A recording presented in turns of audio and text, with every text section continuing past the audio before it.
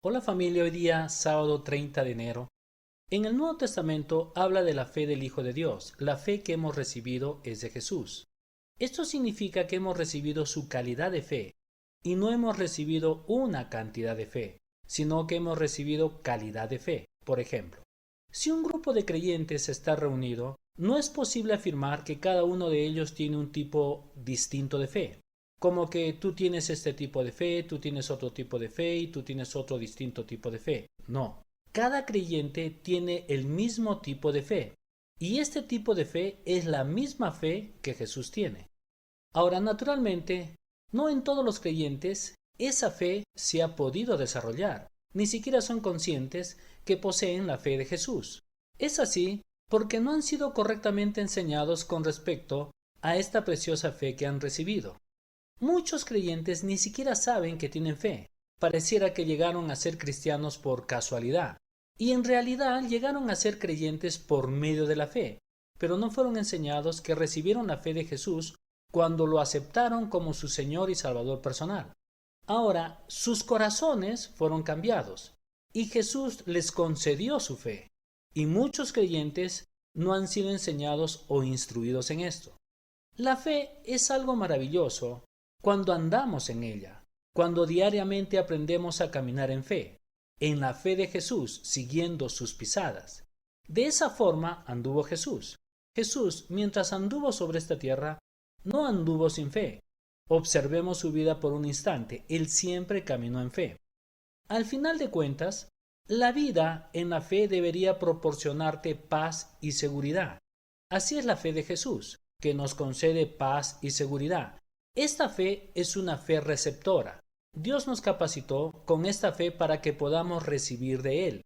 Y es una mentira que no puedas recibir algo de Dios.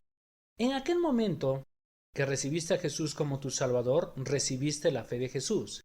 Esa fe siempre es una fe receptora. Ahora consideremos esto en base a un ejemplo. En el Evangelio de Marcos, capítulo 10, versículo 29.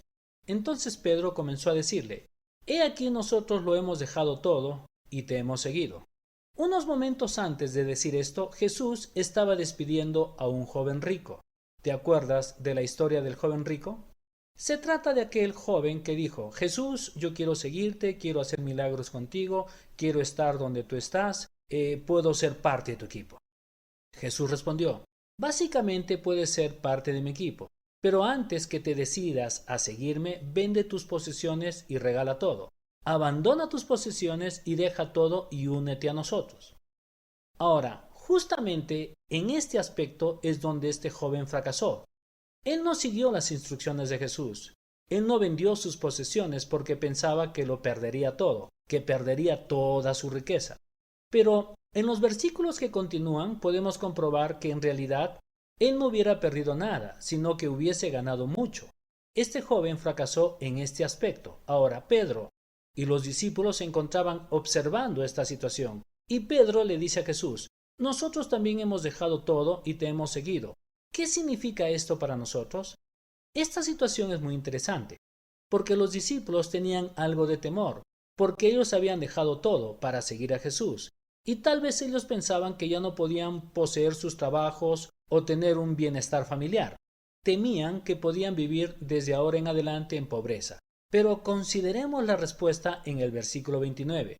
Respondiendo Jesús, dijo: De cierto os digo que ya no hay ninguno que haya dejado casa o hermanos o hermanas o padre o madre o mujer o hijos o tierras por causa de mí y del Evangelio.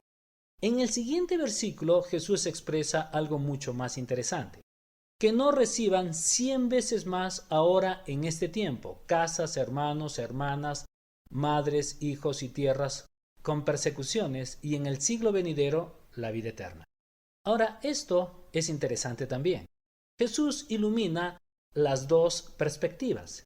Se refiere a recibir aquí en la tierra, y estas no son bendiciones espirituales, porque tierras no es una bendición espiritual, casas no es una bendición espiritual, hermanos y hermanas, esto sí es una bendición espiritual, pero casas y tierras se trata de bendición material. Jesús dijo: Mas ahora, en este tiempo, casas, hermanos, hermanas, madres, hijos y tierras con persecución, y en el siglo venidero la vida eterna.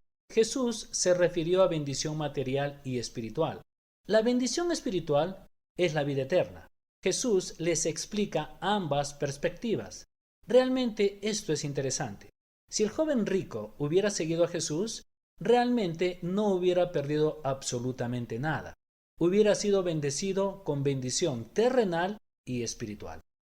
Bendiciones familia, de Dios es fiel, y el día lunes continuaremos con el tema. No se olviden que el día de mañana, domingo 31, tendremos nuestro servicio vía online por el Facebook y por el YouTube. Los esperamos a las 8:30 de la mañana.